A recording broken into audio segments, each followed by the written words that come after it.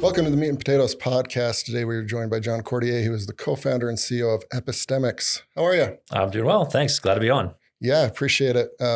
We've been talking a little bit before we pressed record, and we're going to have a fun time with this one. Yeah. We are very different brain types, I can tell after 10 minutes of meeting you. So that's why I enjoy this role. It's fun to see how other people think and learn. A lot to unravel here, but give us kind of the setting of the table, the founding story, and the genesis behind Epistemics. So we spun out of the University of Pittsburgh and Carnegie Mellon. We were the Center of Excellence for Modeling and Simulation of Infectious Diseases.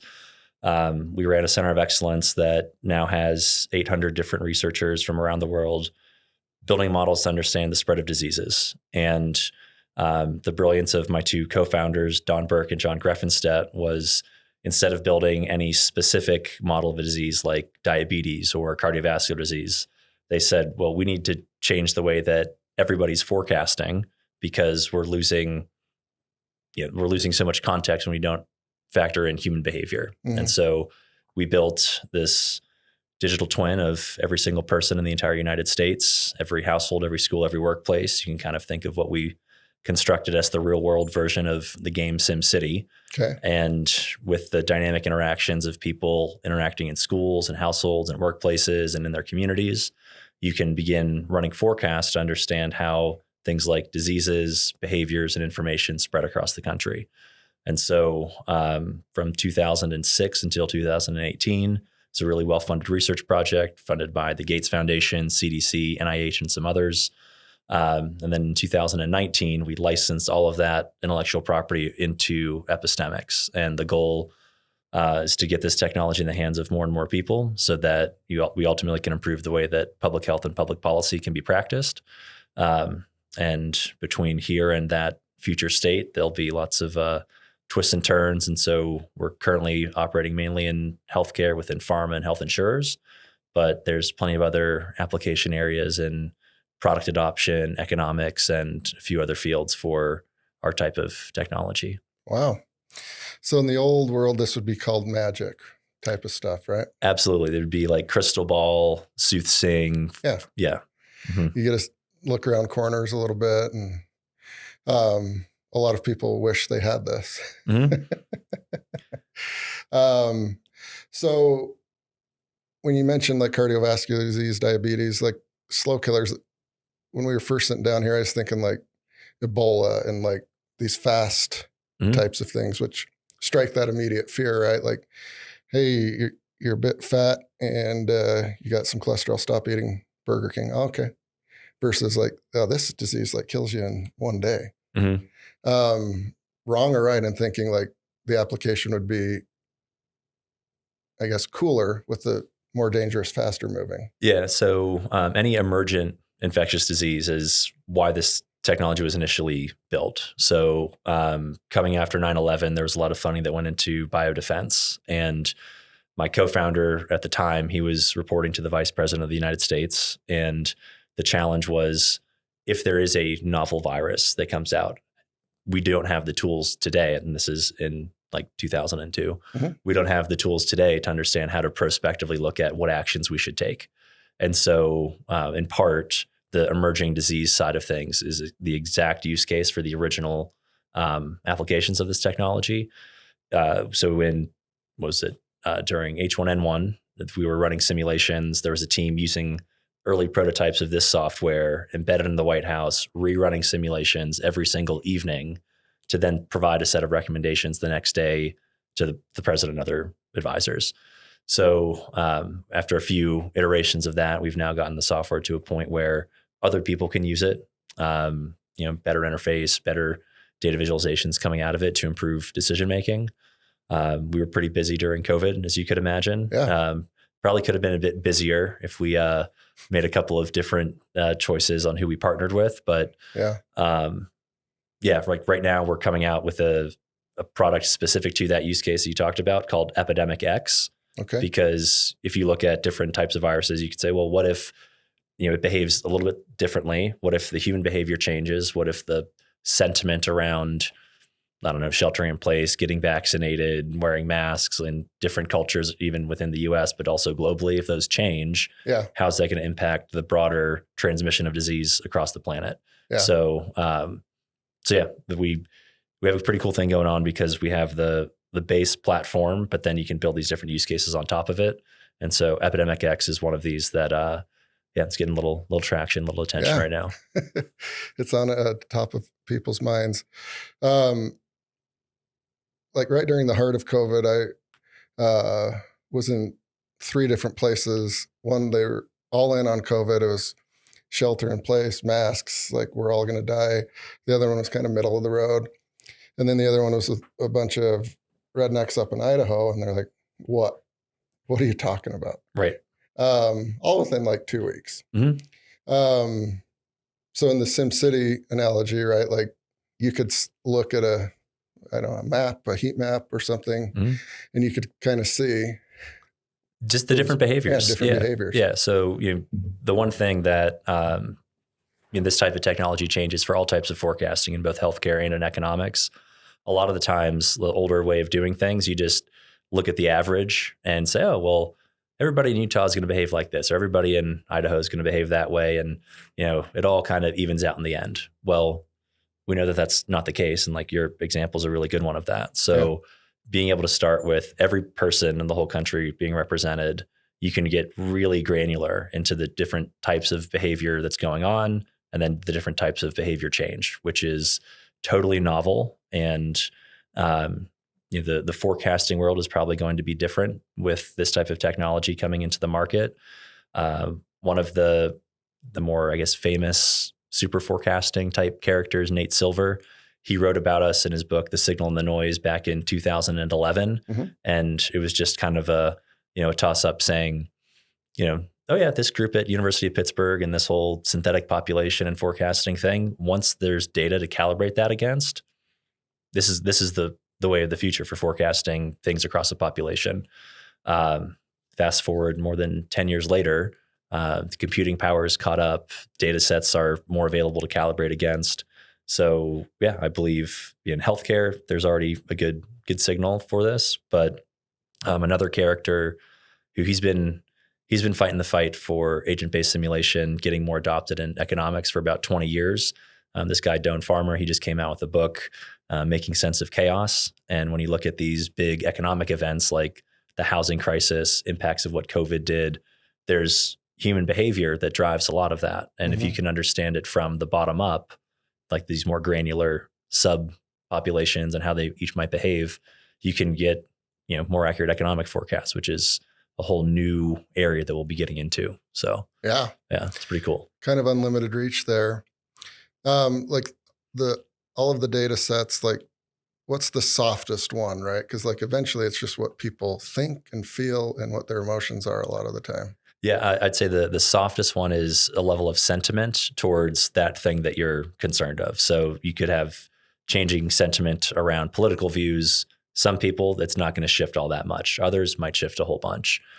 Some people might be really loyal to Coca-Cola versus Pepsi. And that might be like part of their identity, and it's not going to shift. And there's other people that like, I really don't care. I just want a soda. And so sentiment for different types of products have different elasticities. And, if you run some large surveys or look at some historical data, you can kind of get a sense of that. So those would be the softer ones where you might work with Qualtrics and you do a big survey. One of the groups we worked with was trying to understand music sharing across the entire United States. Who uses what platform? How often do people share music? And they surveyed maybe 800 people, and we were able to take insights from that 800 and distribute it across the entire state of Texas, validated against what they saw in some existing data, then extrapolated that across the whole country. And then they're able to understand, oh, well, here's the Pandora listeners, here's the Spotify listeners, here's who's sharing different types of music. And their whole goal was to create a tool where, let's say, if you use Spotify and I use Pandora, we can still share playlists back and forth. So there's a whole bunch of softer things that you can do. It's not just like super hard math and number crunching. Because a lot of this, obviously there's big world ramifications, but a lot of it kind of seems fun, right? Mhm. Of, oh, that's interesting. Yeah, a lot of what we get to do is inspire people to ask what if questions. Yeah. So simulation in other areas might be, you're designing a car. Well, what if we put the spoiler on this way or design it one way or another? How's that going to cause for drag and other types of things? The type of simulation we get to do is policy decision, strategy decision.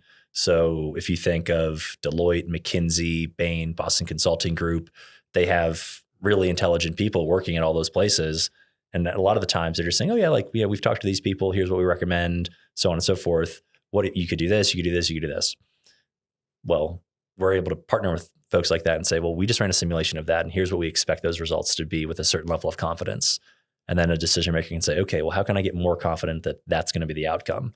Yeah. Well, here's another set of things you could do to shore up the conditions that make that even more likely to happen. So yeah, a big part of our company culture is curiosity, and we have to inspire curiosity in other people to ask what if questions. And a lot of times, like we're finding who we sell to, they're bold change maker type people who are like, you know what, I see a path to a better way. I need to be able to tell a story with data to enable that to happen, and we're part of that equation for them. Yeah, people hate feeling discombobulated and not having the confidence when there's money involved. Mm-hmm. Absolutely. And reputation and ego. Totally. I mean, sometimes, my co-founders, when we were just starting the company, it was more than a joke, because it does ring true. A lot of times it's going to come down to either you're optimizing for dollars, you're optimizing for improving health, or you're optimizing for political capital. Yeah. And sometimes those three things are in alignment, but in, a lot of times one or two of them are going to take a hit for the benefit of another. Yeah. And so those are the types of trade-offs and things we have to be very intentional about when you're constructing these simulations, because you have so much data. You could show a set of conditions that lead one thing to happen versus another, but then it's like, all right, do you actually have the means of enabling that or not? And you could use that type of data and storytelling ability to sway people in one way or another. And that could be very detrimental in a lot of situations. But our view is, there were, I think, at one point 60 million people around the world playing the game SimCity, all trying to do something for good. And if we kind of harness that and enable people to apply it into their actual communities and cities and states and countries, that a lot of good could come from that. Yeah, for sure. This is also very interesting. Another example, just to see how your brain works and what the company and product does. There's a housing shortage. We feel it here, but all across America. And from my understanding of talking to developers and paying a little bit of attention, it's still a psychological effect of the Great Recession. The home builders aren't building as much because they got burnt or they just have scars. So then there's not older houses for people to transition to or sell for cheaper. And then the logjam happens, which is happening now. Mm-hmm. Looking back or even forecasting forward, it's like, yeah, you could kind of see this one coming, but you guys would have been able to tell this sooner, it seems like. Yeah. So we can start with, we have every household in the whole country, and then we also have population growth, population migration. Add in, are people moving away from the coasts for one reason or another, climate related or not? And then, where are these people moving to? How does that decrease the total number of homes available or rentals available? All of those things are scenarios that you can build out. Yeah. There's a very famous agent-based simulation model of the entire UK housing market. And so, with these synthetic populations, you can start asking these scenario-based what if questions. Yeah. So on the real estate side, let's say there's the number of homes available, number of people who are in market, number of people who might be saving, but then there's also interest rates and other public policy. Can you build different types of homes in one area or another, apartments in one area or another? All of those things are compounding factors atop one another, and you get to build scenarios to see how each of those might play out. Yeah. So even things like, are people going to put more solar on their rooftops? At one point that could be a commercial side thing. At another point, it might be a consumer behavior. Yeah. Well, what influences you to put more solar on your rooftop or put solar on your rooftop? Let's say you move into a neighborhood and the 4 houses around you, they all have that. You might be a little bit influenced by that. Yeah. If you move into a neighborhood that nobody does it, you're like, okay, there's no social pressure acting on me. It's all good.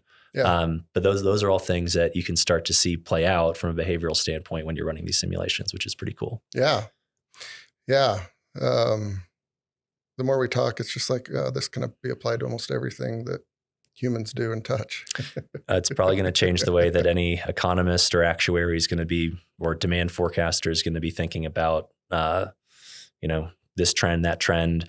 The other thing that listeners might recognize. So there's the book that came out like 2001 by Malcolm Gladwell called The Tipping Point. Mm-hmm. When he was putting things around that book together, he was interviewing my co-founder, Don, who at the time was doing all of the infectious disease work for the U.S. military and reporting to the vice president. And when you look at what drives a tipping point, like a social epidemic, a disease epidemic, it all has to do with human behavior. So I think the idea of this started, a while back. Gladwell put it out into the world a little bit more. Nate Silver talked about it again. And now kind of all the convergence of technologies coming together enable this to happen. So it's a very exciting time for us. I think the machine learning and the AI kind of push towards that, like machine learning more so over the last like 10 to 15 years. Yeah. That sets us up pretty well because like running a whole bunch of regressions, better understanding the past, leveraging big data, like you get really good insights out of that. But in order to look forward, you have to account for the changes in human behavior. And, some machine learning models aren't as good at doing that compared to agent-based simulation models. But there's a really good convergence point for us. And I'm very excited about what the future holds for us. Yeah. I would imagine if you're paying somebody to consult you on a campaign or advise you on economic policy and they get it wrong with these types of tools, they screw it up, right?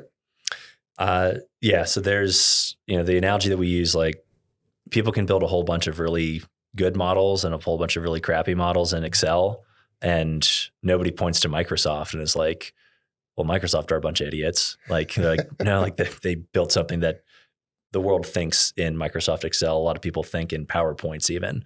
Yeah. So our technology is just advancing the way that people can start thinking about these larger social systems and, we're going to make this policy change. All right, that's going to have some ripple effect across the population in other areas. Are we okay with that? Do we need to know about it? Who's incentivized by that? Who's disincentivized by this policy? So being able to look at things more holistically, I think is something we can do. And my one co-founder, he was dean of a graduate school of public health. And so in his view, running these types of simulations, it improves the way that leaders and decision makers can make decisions. And, I'm the kind of young gung-ho entrepreneur within our founding team. And I view it as more empathetic type leadership, because when you are able to see this policy is going to roll out, this strategy is going to roll out, each of those agents, they actually represent a person. Yeah. And, there's no more hiding behind like, oh yeah, like we didn't totally know that was going to play out, or like we didn't think that this negative impact was going to happen. And when talking with policymakers, like for the most part, they're all trying to do some good in the world. Yeah. And being able to say, right, we're aiming for outcomes A, B, and C, and we really want to avoid outcomes D, E, and F. Let's run some simulations to see like where these outcomes play out. Yeah. And that's a really powerful thing for people that are making decisions that ultimately do impact entire cities, entire states, entire countries sometimes. Yeah, the empathy part is cool, because since the dawn of humans, there's been winners and losers. And oftentimes it was like, what do I care? I don't care where this river flows. Like, just dump this in there and who cares? Mm-hmm. Right? Like there's billions of people that have been on the short end of that stick. Sure. Yeah. And this is a way to, if we, when we get to the point where an everyday person can say, okay, I want to ask this type of question, see this scenario play out. And they're like, oh my gosh, like this would be great for people like me, people in our community. Hey, politician, hey, large business that's in the region, could you help us make this come to life. Yeah. It creates a dialogue as well. So the cool thing about agent-based models is that every part of the mechanism you can look at, which it makes it much more explainable than something like an AI model. Yeah. And that's really cool. And we kind of look at this concept of like campfires. So it enables the quantitative folks to have a conversation with the qualitative folks. When we're doing projects within really large companies, there might be 6 or 8 different divisions that all have a say, and they're all trying to do something to, like, I'll use this example with a really large drug company in the US, and they have a health equity team, they have a retail team, they have an insurance division. What other teams are in here? A couple others, but each of them has a goal that they're trying to optimize for. Yeah. But at the end of the day, it comes down to, are we improving the health of the population that we're serving? Are we growing the number of people who might be at risk for this specific disease? Are we getting them access to preventative measures? And is that going to ultimately, like, is the expense that we're going to spend up front on that, is it ultimately going to save our insurance side of things more money in the long term? Yeah. And so it's like each of these groups, they would just be operating in a silo. But by like building these simulations, you can pull in different groups. Here's how your piece of this is represented. Like, is this right? How does that feel? Yeah. And it gets them talking, which is, I don't know, it's just a nicer way of making decisions and doing things. So I don't know, we're optimistic about that. Yeah. Yeah. There's been a lot of really good ideas that got ruined because of silos, and you get to the end and you're like, well, you didn't ask us about that. Mm-hmm. Well, the whole thing's ruined. All right. It's happened a lot. The recent, the last half a decade seems like a target-rich environment for folks like you and your company. You've got the election of 2020 that I think was influenced by COVID. You've got COVID. Mm-hmm. You've got this weird schizophrenic, like, life's good, or, oh, we're in a recession. Oh, no, we're not. Never mind. Hey, we are. JP Morgan says we are. Bank of America says we're not. Mm-hmm. Which of these is like the most fun for you, just personally? One of them that I thought was really fun is when we first made the jump from running infectious disease models into product adoption models. The examples with a company called Clubhouse. So they were a social media app that was supposed to take over and dominate Twitter and others. Yeah. And so this is 2021, still in COVID times. Andreessen Horowitz just invested $100 million into them right around the Consumer Electronics Show. So I went to CES. I was like, all right, I'm going to just walk around and just kind of pick up on what people feel like are these hottest consumer products. And we're going to just try to build a forecast to predict what their tipping point might look like. And on Clubhouse, we finished that model, by end of February. In March, we wrote up a report and we showed that Clubhouse would keep growing up in total number of adoption and users. But then we said by Thanksgiving time, it was going to start tanking. It actually started tanking a couple weeks before that and didn't recover. And so in a lot of ways, it was just a different type of epidemic curve to run a simulation on. That was really exciting because we're like, oh crap, we got that pretty darn close. Yeah. And so that just opens up your mind to think is this a way to look at different types of investments and other types of things, which that's very exciting. COVID was a really interesting time because we were talking earlier, the different subpopulations across the United States and around the world, you might be in one state or even in a city, but you're seeing totally different types of behaviors going on all at once. And that had health impacts, that had economic impacts. And so COVID was I think is going to be that'll be the tipping point for agent-based simulation to get adopted, much more broadly. Another really fun example, it wasn't fun for us as a company or many other startups that I would imagine are hopping on the podcast. But when the Silicon Valley Bank thing started, that really is a behavior of people, right? Similar to any other meme stock type thing. So the decision to start pulling me out, all of that, it was, word of mouth. And then at a certain point, it was just like, all right, all bets are off. Like this is not going to end well. Yeah. So things like that, if you can get a signal for it by running simulations earlier, that's really exciting. Yeah.